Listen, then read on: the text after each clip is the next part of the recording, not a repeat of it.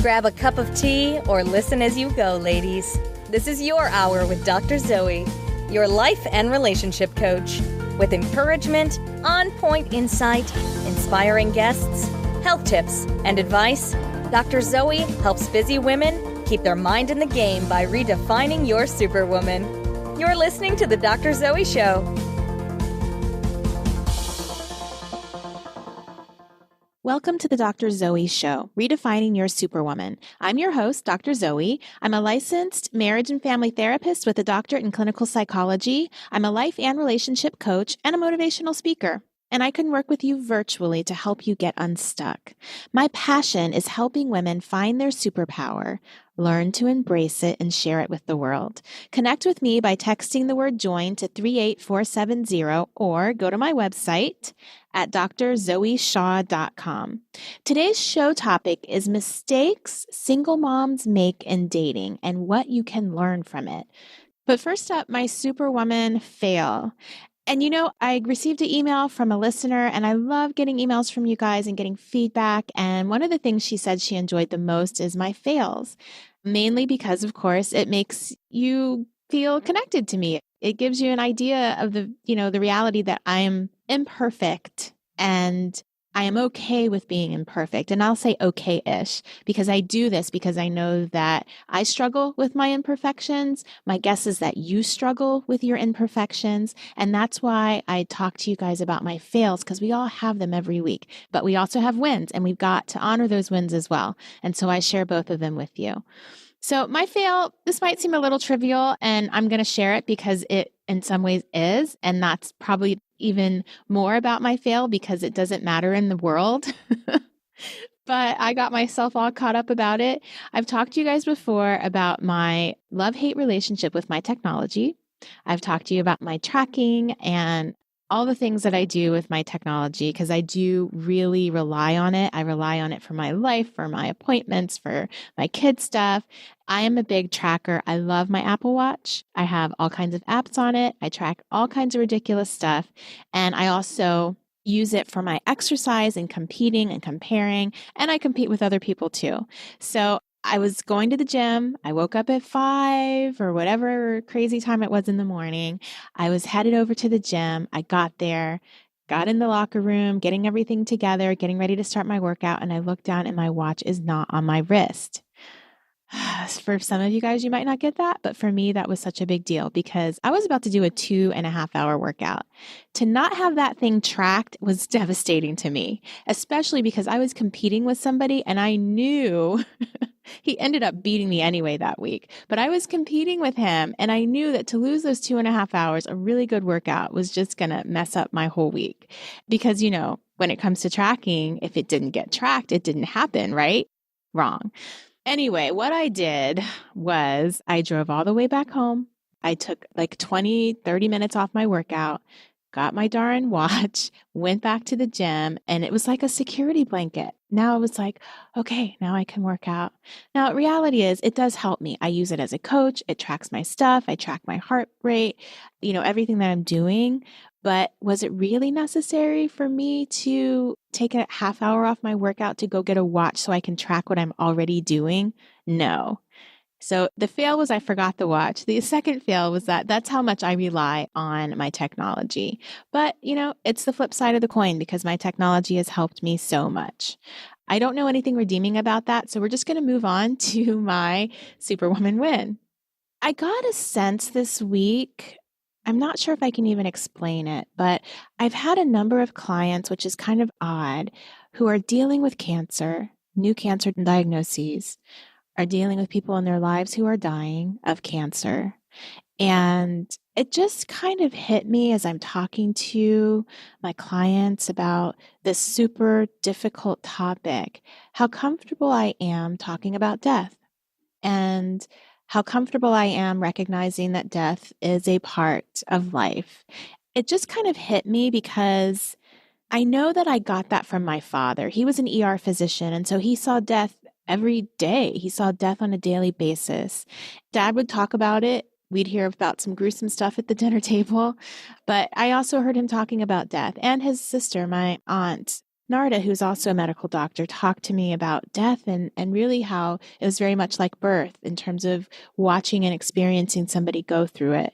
But my win is that because of my experiences in talking to my father, I am able to feel comfortable with it and talk about it in a way that I think many people aren't to my clients. And that's a professional win, personal win as well. And it was also a really great personal realization for me that my father taught me a lot and I learned a lot from him, even though we didn't have the relationship that I would have wanted to have. So that realization and that professional ability was really just a win for me.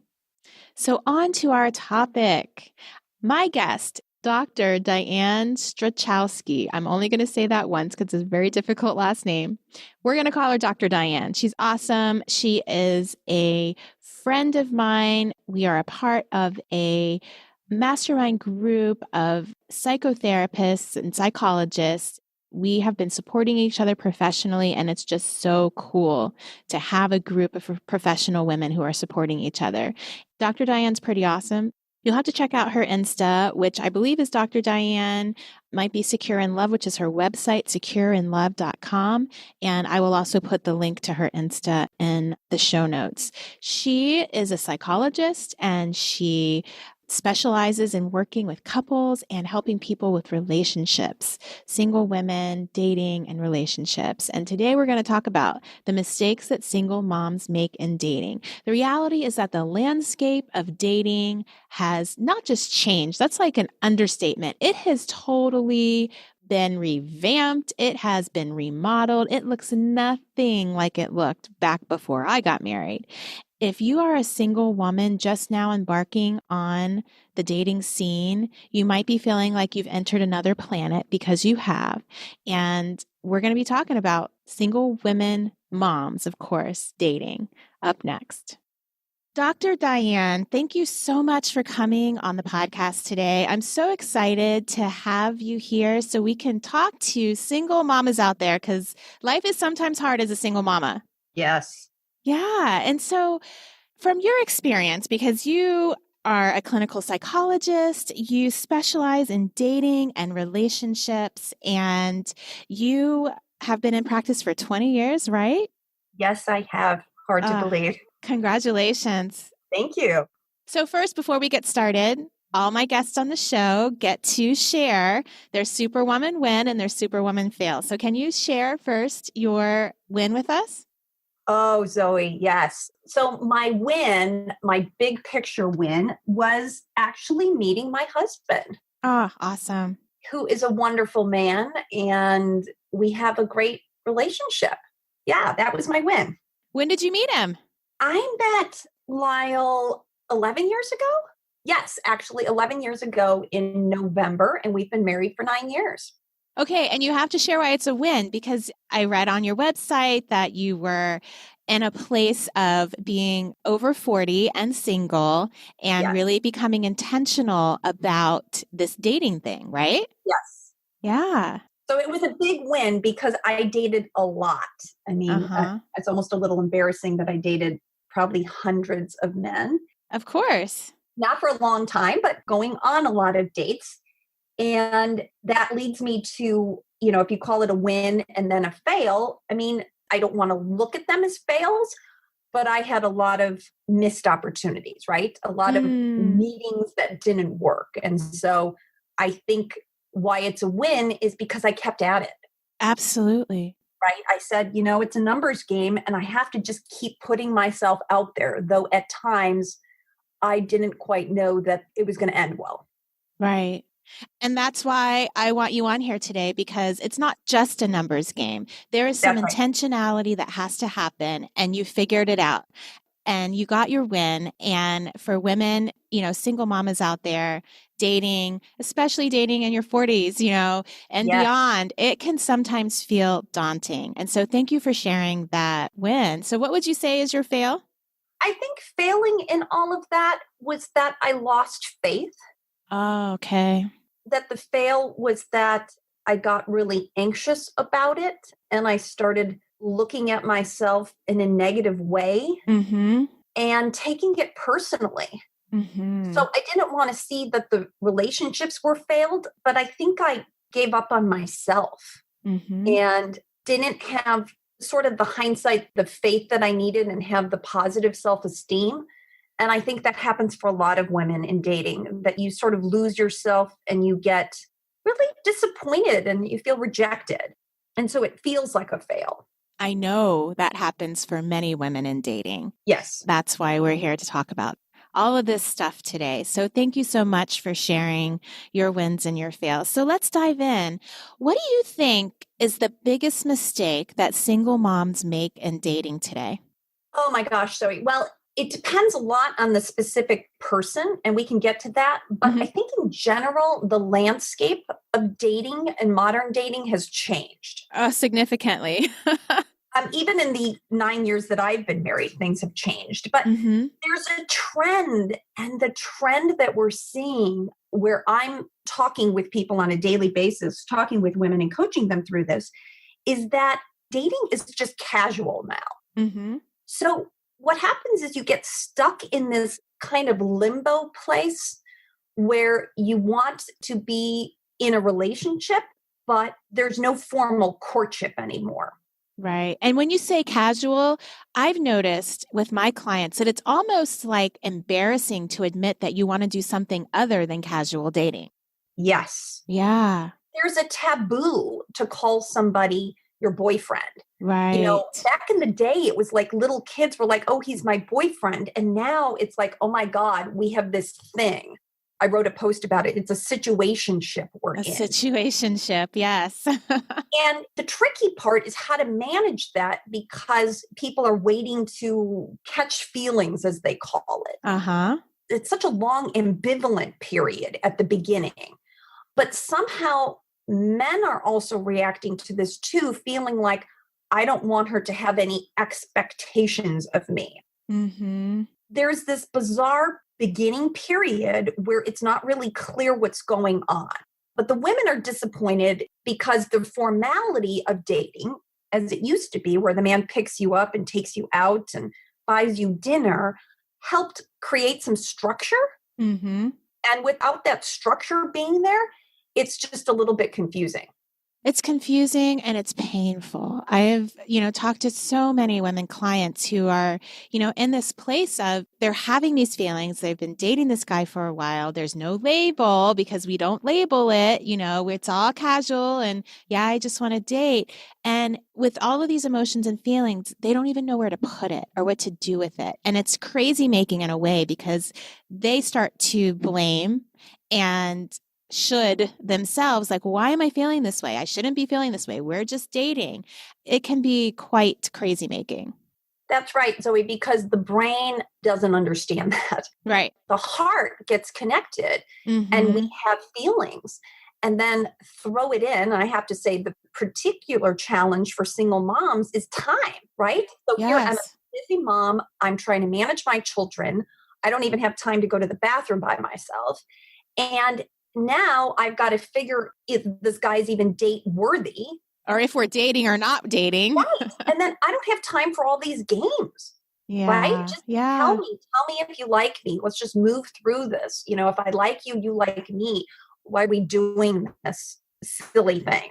Right. So that's the landscape. That is the new landscape of dating with Tinder and Bumble and Match and all of the opportunities that are out there. It's very difficult for people to commit to one person. And so in that landscape, what mistakes are single moms making?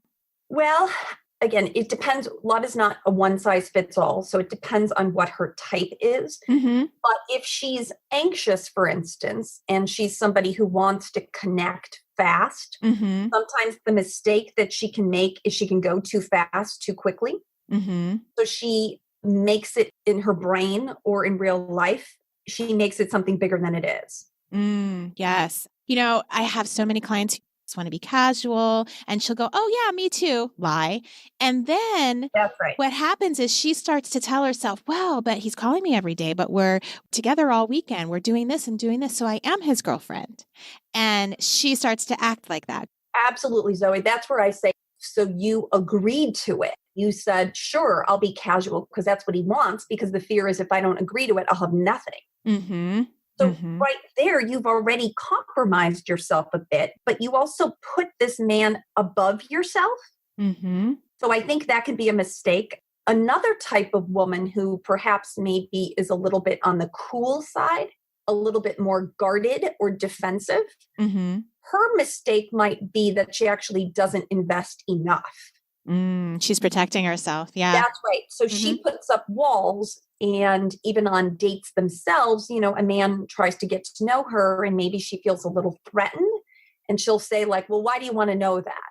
Mm-hmm. And so every woman then has to figure out who she is and kind of have to figure out, how am I going to be in the middle somewhere while also maintaining authenticity with myself? Yes. That's a tough one. It is. But true. Yes. So the mistakes that people make in dating are all different depending on who they are and depending on the situation. But also when it comes to just the landscape of dating, the tricky thing that oftentimes women think, kind of back to like maybe if they were dating when they were younger, Mm-hmm. is they think that it should be organic and it should be easy. Yes. Right? I'm just going to meet somebody naturally. And I think, wait a minute, are you going to meet him on the playground at your child's school? I mean, where is he? Yes. I hear that so much. And there's this idea that if I meet them purposefully, if I find them online, that somehow it's not going to be a good fit or it's not real. I love that you say that, because for a woman who's newly single, she's thinking about when she was a child or adolescent and when she was in the mix of all other adolescents who are also single, or in college, everybody's single and there's plenty of places to meet people. But in our adult world, it's not the same. So Zoe, this is where I call it, you have a wish. You have a wish list. How important is it to find a mate? 90% of women, they say it's an 8, 9, or 10.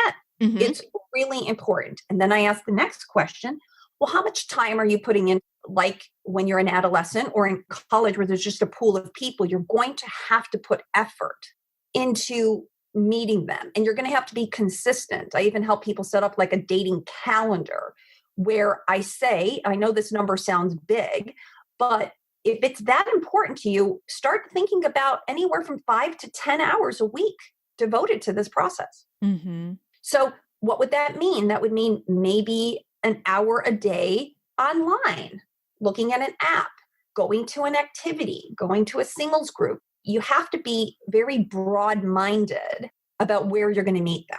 That's excellent advice. And I know that it's a little difficult to hear sometimes, but the reality is that there's that whole playground, there's that whole college, there's a whole group of them out there. You just have to find them. And I think the beauty is that we have it now in this day and age. I mean, there's the negative side of the landscape, but there's the flip side of the landscape because, 30 years ago, if you're a 40-year-old woman and single, where do you go to meet guys? Now you can find them with the click of a button. And so we have to really be willing to see the positive side of the online dating. And because there are so many, that also means there's a bunch of crap out there. Well, and so Zoe, I met my husband on Match.com. Awesome. And, I wouldn't have met him any other way. I mean, he lived literally right down the street from me. But our paths were just not going to cross. Mm-hmm. So a mistake that women will say is, I don't do that. Yes. That's for desperate women. That's not me. And yet, do you know what percentage of people meet online? I don't. It's actually, the statistics are hard to gather, but anywhere from 30 to 40%. I would have thought it was higher. That's awesome. So what I say to people is, given that if 40% meet online, and the numbers are probably going up. Again, we don't have great statistics right now, but the second most popular way is friends of friends. Mm-hmm. So 40% meet online, 30% meet through friends of friends, so your network. Right. Definitely keep the feelers out there. 11% meet at church, 10% meet at work, and then the rest is random. So I say to women, it's like having a stock portfolio, right? You want to have it diversified. Yes. You want to say, if I'm spending time on this, not all of my time is online. What else, other activities men like to go, Sporting events. Mm-hmm. That's a prime one. Where else do people meet? Traveling. Again, 10%, after work, 9% meet at bars, interesting enough. So, Zoe, I see the majority of women as being anxious. I think in my office sort of mimicked what we see in the population. Mm-hmm. So I went back to attachment theory, which I could talk for like 2 hours about. But the theory is that the way that we attached with our parents when we were children is going to be a predominant theme in the rest of our adult relationships. Right. And if we had a good relationship with our parents, and I don't mean just we were loved, I mean a secure relationship where the parent is attentive and you receive unconditional love, that's the best style. I call it a love style. Then you're going to be secure. If, however, your parents were inconsistent, and this can be a very mild inconsistency, like they were a workaholic or an alcoholic, or you were maybe sick or had more needs and they weren't really there for you consistently, then you're going to feel more anxious in terms of relationships.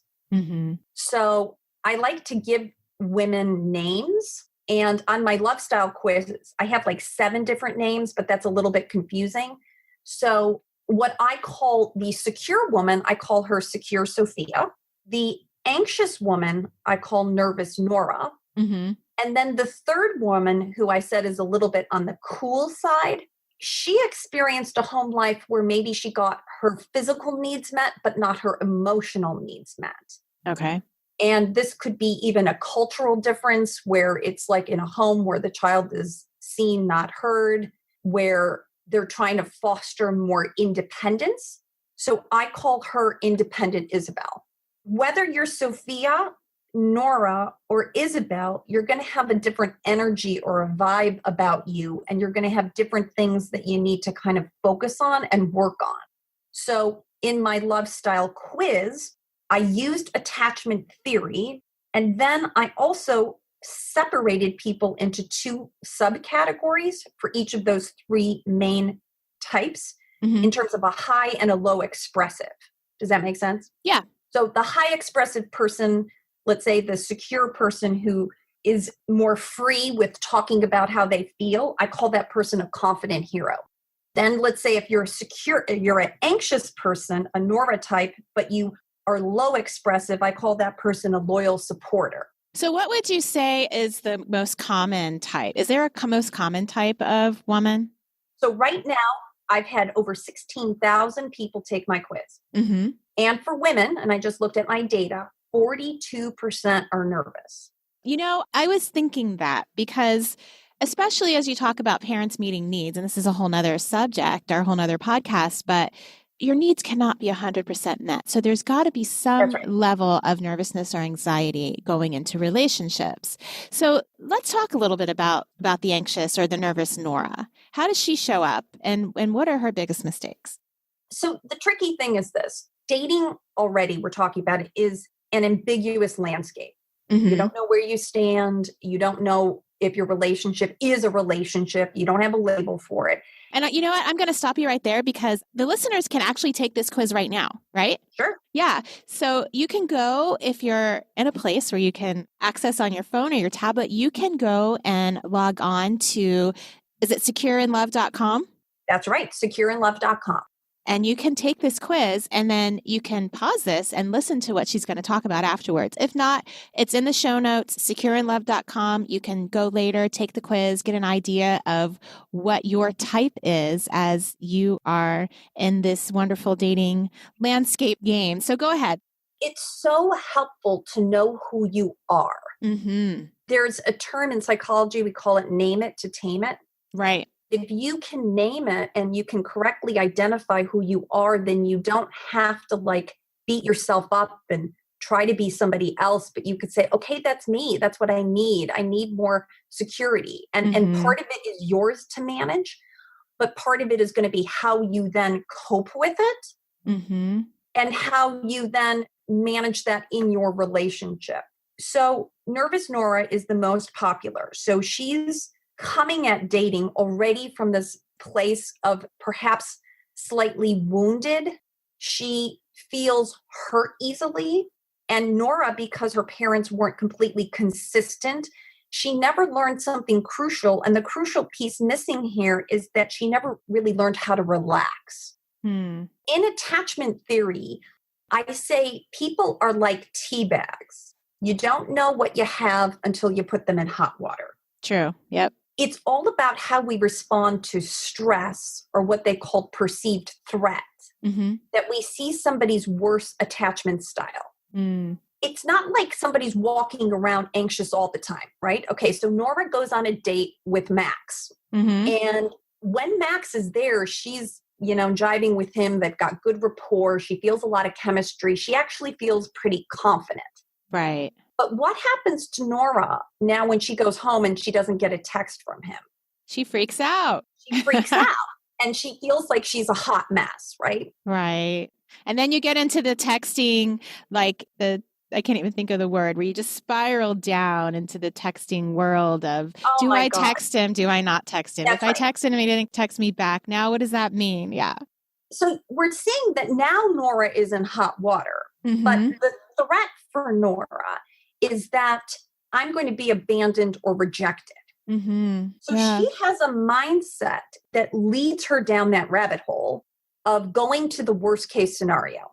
So instead of saying, well, he's busy, or you know what, I'm not so sure if he's my guy either, because she also has a nervous system that is highly sensitive. And that's why I call her nervous Nora, because it's different than anxiety. It's literally that she has been wired this way since she was a child.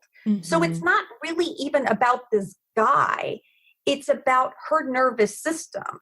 The really tricky thing is that, everybody here on Instagram and every place else, everybody says, trust your gut. Well, there's your intuition and then there's your gut. They're different. Your intuition is kind of this sense or knowing, but your gut is giving you, for Nora in particular, her gut is nervous about a lot of things. So I say for Nora, how do you know it's not gas, Nora?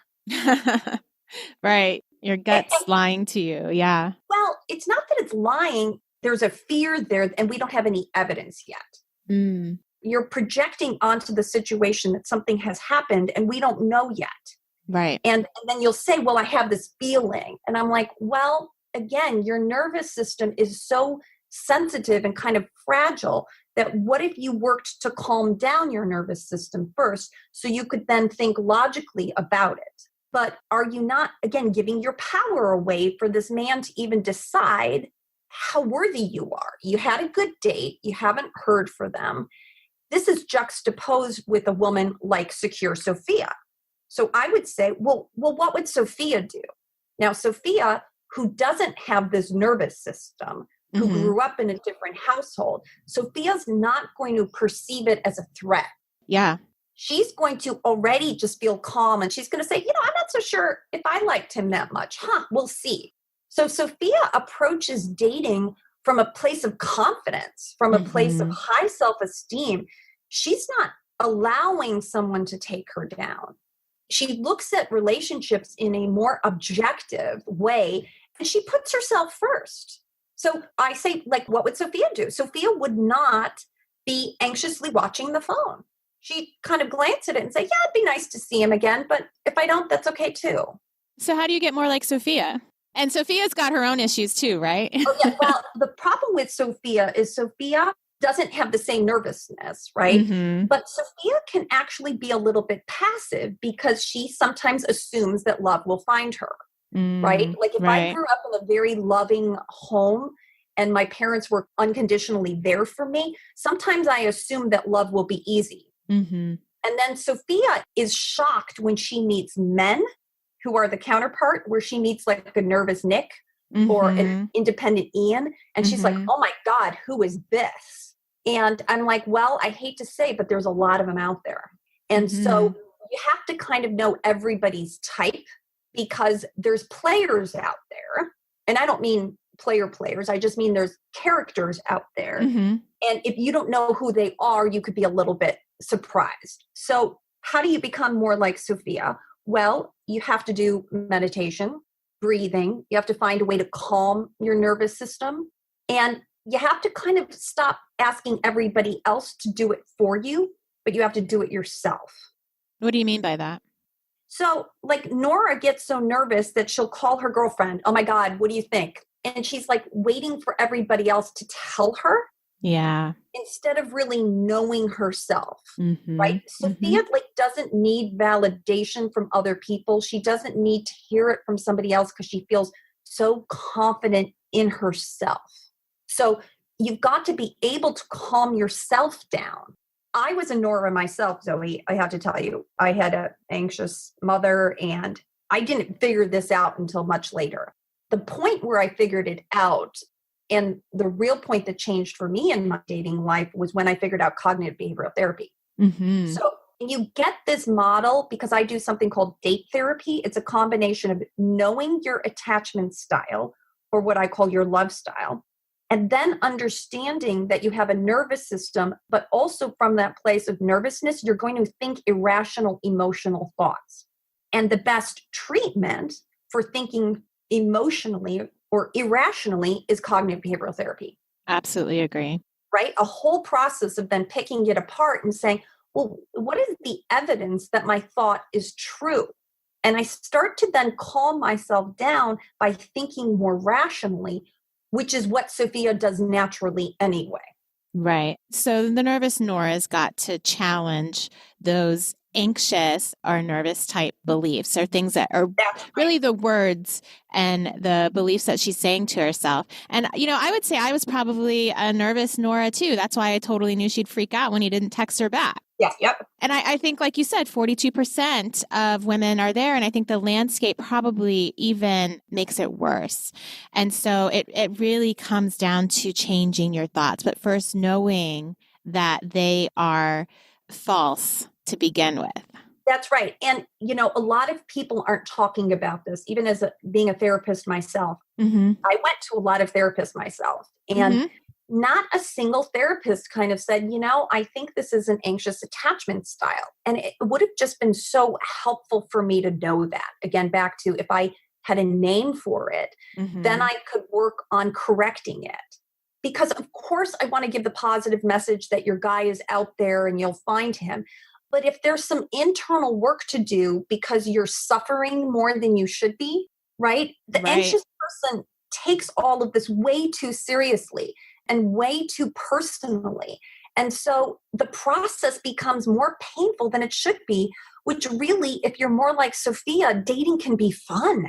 Great point. And, you made a really crucial point earlier where you said when she gets into that place, this nervous Nora, of worrying about being rejected, worrying that he's not going to text her back, she hasn't even stopped to evaluate what she wants and whether she even likes him to begin with, because she's so concerned about whether he likes her. And I think that is a big mistake that a lot of women make.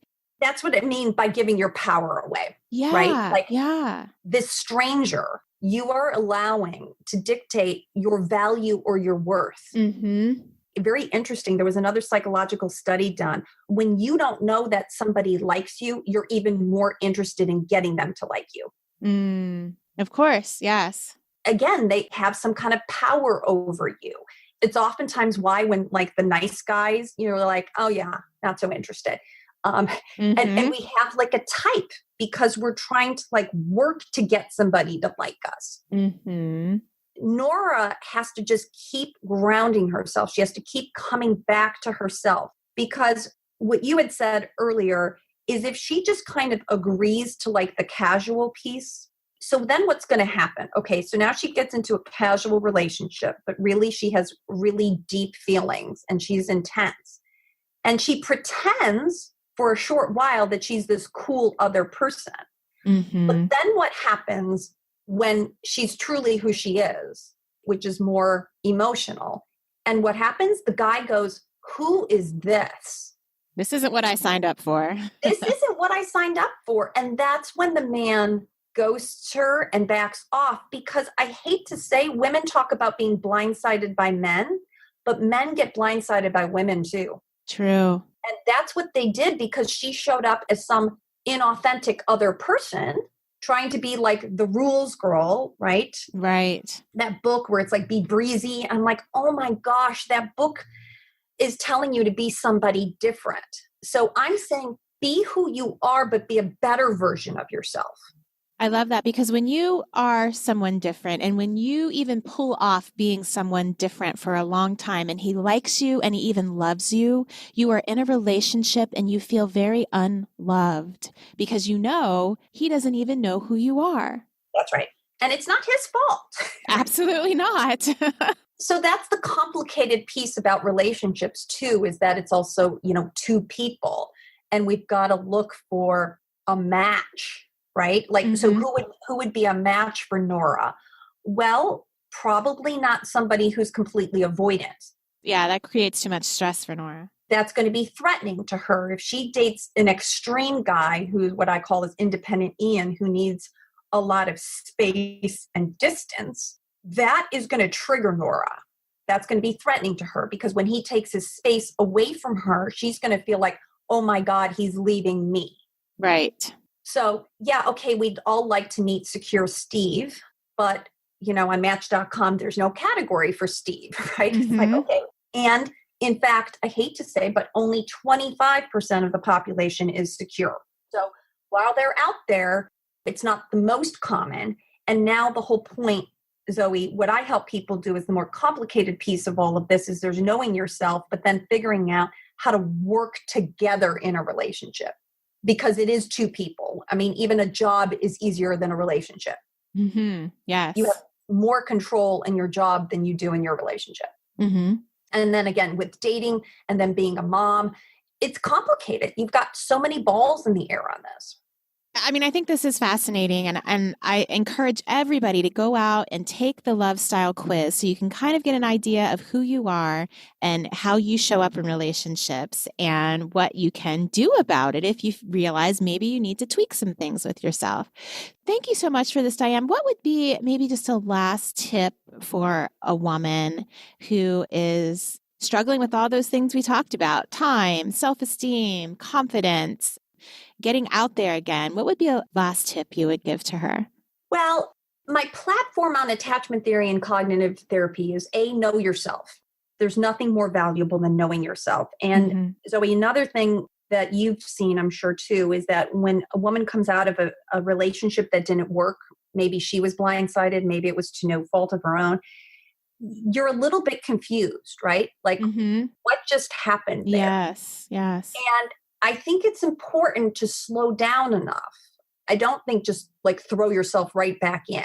While you're never going to feel ready, there's a certain healing period. And I think you have to be gentle with yourself. You have to know, though, who you are. So take the time to figure that out. Take the time to do some healing. Take a look at what your needs and your wants are. I say you're a single woman, not a single mom, right? You're used to putting everybody's needs before your own. And I think it's crucial to make yourself feel better first, bring back that confidence, because otherwise we're again giving too much power away to somebody else because society tells us or something else. So know yourself, put yourself out there, realize it's going to feel vulnerable. You're going to feel a bit anxious. Part of that's normal in dating. And then when you do find a person, you have to start thinking of the other person too. So this is the beauty of thinking of it as a couple, right? Right. As a partnership. Yes. As a partnership. And then on my website, I actually have a second quiz, and that quiz is for your partner. Oh, perfect. I give people like a 4-page handout on what to do if that is your partner. So if you're noticing these tendencies, you're with a guy who's kind of avoiding, you have to know how to best approach that person. And so that's the whole puzzle. You've got two pieces and you want to figure that out. But I tell women, we can be wounded in relationships. We could be hurt by our parents, and we could be wounded in a subsequent relationship, an ex, but we can also be healed. That's why I'm such a big fan of relationships, is that if you wall yourself off, you won't have that chance. You got to put yourself back in, and with a good partner and with good communication, you can actually heal that. And with therapy. Absolutely. That's wonderful. So figure out who you are, love yourself, figure out your style, your love style, and then give your man or maybe prospective man the love style quiz, but not on the first date. That would totally, And actually, that Zoe, might scare him away. Go ahead. The interesting thing is actually you don't give it to him. You take it how you perceive they are. Oh, perfect. Okay, so you can do this right after the first date. Love it. Well, you probably need to know them a little bit more. I would say get into a relationship with them first. But then once you do, and it actually even reading the questions, you'll want to know more because, somebody can tell you about their ex, but that's not as crucial as understanding the family they grew up in. And that's hard to ask on a first date. So that's why I'm hesitant. I'm like, find out more like what their needs are and what their wants are in a relationship, because their last relationship maybe doesn't tell you as much as you think. Does that make sense? Absolutely. Yes. So do a little deeper dive on finding out about their family. And we're not using this as a screen to screen people in or out, but it's about being curious about your partner and then trying to figure out how the two of you are going to fit or not. But then you take the quiz, and the quiz will give you information about what to be aware of and how to handle them. Perfect. So they don't even have to agree. It's just how you see them. What a great idea. How wonderful that you put that together. I think that can be so helpful. I tell you, it was a blast, and I just love it. And I've gotten great feedback. And again, it's just one tool. Sure. I really, advocate for people to get a therapist, to have someone help them navigate this, because sometimes your girlfriends mean well enough, but sometimes they have their own stuff, right? Of course. Your girlfriends have their own anxiety, or they say, oh God, that looks bad. And you just need somebody neutral who can kind of hear it in a different way, right? Because your friend, bless her heart, your best friend wants to protect you. Right. She loves you, and she's also seeing everything through her lens and her experiences and her issues. So you always have to temper that. Right. Or she's like, oh, that sounds like my ex. Oh, that's bad. And you're like, well, we don't know, right? Because chances are your friend is different than you, and this guy is different. And so that's the complicated piece where you need just more objectivity. Absolutely. Well, thank you so much for sharing your love style quiz and giving single mamas some tips on what you can do, how you can show up, loving yourself, learning how to speak better to yourself and challenge your own thoughts. Thank you, Dr. Diane. Zoe, thank you. You have a wonderful podcast. I'm so excited to see your posts, and I just think what you're doing for women is fantastic. Oh, thank you so much. And you are serving women, helping them figure out themselves and this relationship game. So thank you so much. Fantastic. Thank you.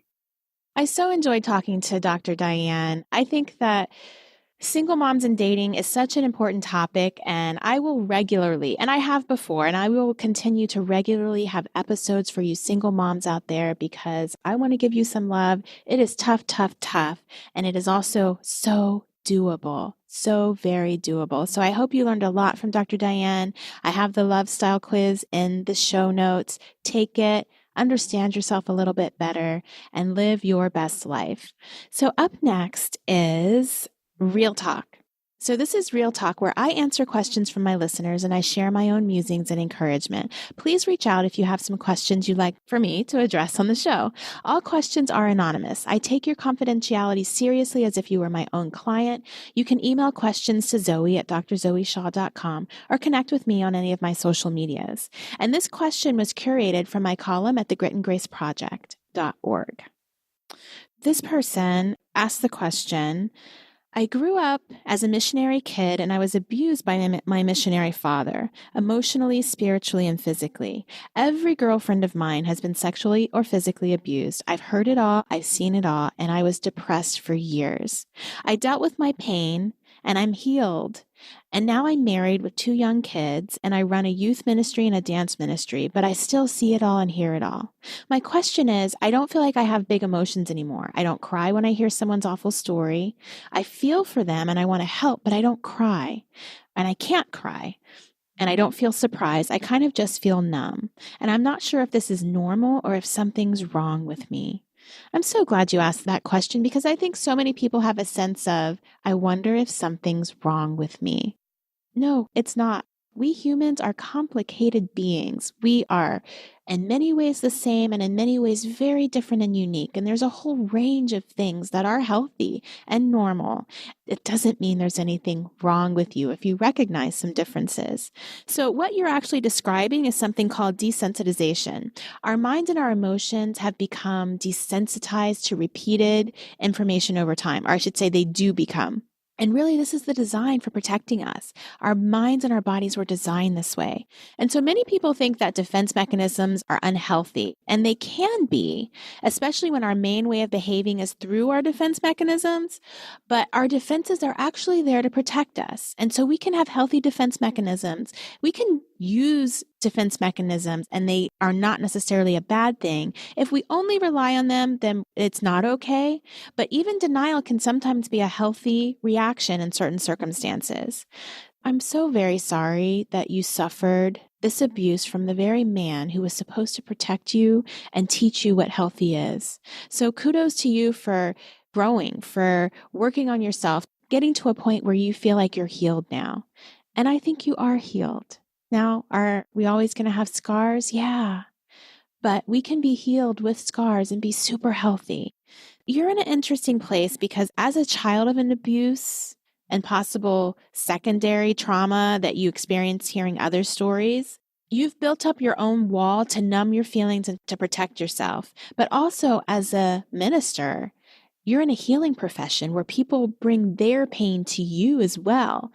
And so just like you said, you hear their stories. People are looking to you for help. And my question is, do you not have big emotions ever, or is it just in response to hearing other people's trauma? If you don't ever have a healthy range of emotions, then I would definitely say that's an area of concern, and you could be battling some depression, and you should definitely look for help. But if you just don't respond as you used to or as others do when you hear people's pain, this actually can be expected, and there's not really anything wrong with it. Actually, you can't do your job well from a place of constant hurting for others. You have to have a healthy boundary system. And it doesn't mean that you have to fall apart at the devastation of others. And I can kind of relate to that because as a therapist, I hear the worst of the worst on a daily basis. And a lot of people will ask me, how can you stand it just to hear people's sad stories? I don't feel that way. I don't feel like my life is about sitting in a room and listening to people's sad stories. Their stories don't depress me. I'm curious and I want to understand them, but I've learned to feel sympathy and not empathy. So I don't cry for the most part. There have probably been one or two times when I actually have, but for the most part, I don't cry when people tell me horrible, heinous stories. I don't take these stories to bed with me because it doesn't serve me, my family, or my clients. My concern for you is that I do get a sense that you seem to feel that abuse is something that happens to everybody, which could lead to trust issues in your relationships. But if you're able to have a healthy boundary system, it doesn't mean you have to feel the same way somebody else is feeling. So I do wonder what that story is that you tell yourself about people in general and what story you're sharing, whether it's consciously or otherwise with your children, because a hardened heart is very difficult from a protected one. So to answer your question, yes, your response is absolutely normal. You don't need to take in everybody else's abuse story as your own. It's okay that you don't cry or feel severe emotions when you hear horrible stories. You don't need to cry. Your role is to be a support, but you do need to explore whether it comes from a place of pain because you feel like you can't take anymore, or if it comes from a place of health because you're protecting yourself in a healthy way. Regardless, all helping professionals need someone else that they can lean on. We were not meant to serve in a vacuum, and many people in our profession get burned out because they feel that they should be able to handle everything all on their own. It's not true. I seek out professional help from time to time, and so should you. And I regularly see therapists who are seeking out help because they know that they need it, whether it's consulting about their patients or whether it's talking about their own life issues. It's not a sign of weakness, it's a sign of health. You are an amazingly strong woman, and I know that God is using you to help others heal. And I hope that you're sharing your story because it can be healing for others and for yourself. And thanks for your service to our youth. Our youth is such in need of people who are willing to just pour into them. So best of luck. If you need some help, reach out. Thanks for tuning into the Dr. Zoe Show. New shows go up on Tuesdays. Subscribe so you don't miss a show. If you're interested in coaching or therapy, or you just want to get a little more help, go to my website at drzoeshaw.com or any of my social medias at the handle Dr. Zoe Shaw. Join my free newsletter by texting the word JOIN to 38470, and I look forward to speaking with you superwomen on social media throughout the week. Have a great week. You've been listening to The Dr. Zoe Show, redefining your superwoman, with your host, Dr. Zoe Shaw. Don't forget to sign up for her monthly newsletters to get encouragement, tips, and skills for keeping your mind in the superwoman game. Connect with her now at www.drzoeshaw.com. Tell your friends and subscribe to her podcast on iTunes. Join us next time for another edition of The Dr. Zoe Show.